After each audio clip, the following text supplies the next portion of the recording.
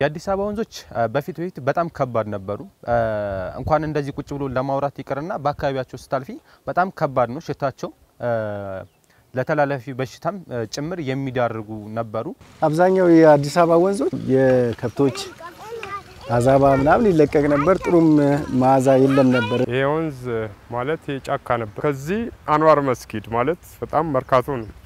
ሚውስት የሌባ ዋሻ ነበር ይህ አሁን የሰማነው ድምጽ የዘመናት የአዲስ አበባ ወንዞች መገለጫ ሆኖ ቆይቷል የበርካታ ተፈጥሯዊ ጸጋዎች ባለቤት የሆነችው አዲስ አበባ ባሏት ጸጋዎች ልክ ሳትለማና ሳትጠቀምባቸው ለበርካታ ዓመታት ስለመቆየቷ ሲነገር ቆይቷል በዚህም ከሰባ በላይ የሚሆኑ ወንዞቿ የቆሻሻና የፍሳሽ ማስወገጃ በመሆናቸው ለከተማዋ ከውበት ይልቅ የመጥፎ ጠረን መንስኤ ሆኖም ቆይተዋል ይሁን እንጂ ከቅርብ ጊዜ ወዲህ የኮሪደር ልማቱን አስታኮ ለተፈጥሮ ጸጋዎች በተሰጠው ትኩረት በርካታ የወንዝ ዳርቻዎችን በማልማት ወንዞችን ከማከም ባሻገር አማራጭ የመዝናኛ ስፍራዎች ይሆኑ መጥተዋል የሚስብሽም ነገር ስላልነበረ ቆሻሻው ከወንዙ አንፃር ጥሩ አልነበረምና ወደ ከተማ ነበር አሁን ግን ያን ከተማ ዳሙተን እኛ በሰፈራችን ላይ ይሄን ለውጥ በማግኘታችን እጅግ በጣም ደስተኞች ነን ሊመናፍሻ ላይ ንጹህ ስናይ ምንድነው የሚሰማን ለራሳችን ይሄ ወንዝ ደግሞ ከዳር እስከ ዳር ከአዲስ አበባ መሃል ሁሉም እንደዚህ ሆኖ ስናይ እንግዲህ ለአይምሮአችንም ለጤናችንም ለራሳችን ራሱ መቹ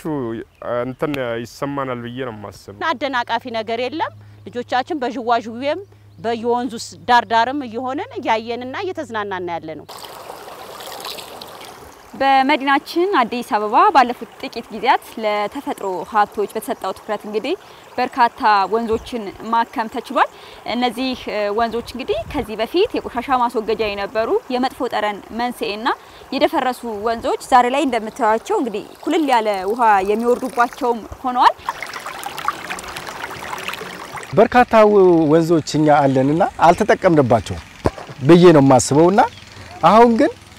መንግስታችን እየሰራ ያለው ጥሩ ነገር ነው እየጸዱ ሲመጡ ወንዞች ለቱሪዝሙ ማራኪ ሳቢዎች ነገር የሚሆኑት እንደ ከተማ ስንመለከተው አንደኛ መዝናኛ ነው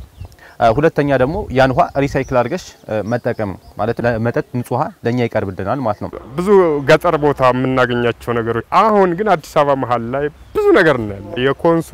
የት ነው የነበረው ኮንሶ ብሔረሰብ ውስጥ ነበር የነበረው አሁን ግን አዲስ አበባ ውስጥ ይሄ ነገር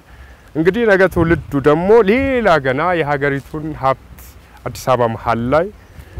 የማመንጨት ሐሳብ ይኖራል ብዬ ነው ማስበው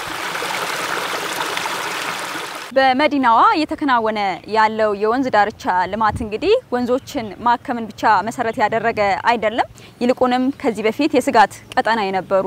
የወንዝ ዳርቻዎችን በማልማትና አረንጓዴ ስፍራዎችን በማላበስ እንግዲህ ህፃናት የሚቦርቁበትን ምድል የፈጠረ ሆኗል ለልጆችም ምቹ ቦታ አልነበረም አሁን ግን ኢትዮጵያ ከፍ ያለችልን ነው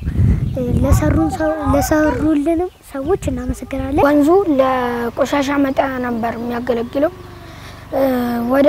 ወደዚህ ስንመጣ ጊዜ አትሄዱ ነበር ምንባለው ሽታ ስላለ ለጉንፋንም ተጋላጭ እንሆናለን አሁን ግን ምንም ስጋት ሳይኖርብን እንደፈለግን እንጫወታለን እዚህ እንደምታዩ ወንዞቹ አበቦቹ ብዙ የሚያማምሩ ነገሮች ስላሉ ህፃናቶች ወደ ተፈጥሮን እንዲወዱት እንዲንከባከቡና ተፈጥሮ ላይ ትልቅ ሚና እንዲጫወቱ ያደርጋቸዋል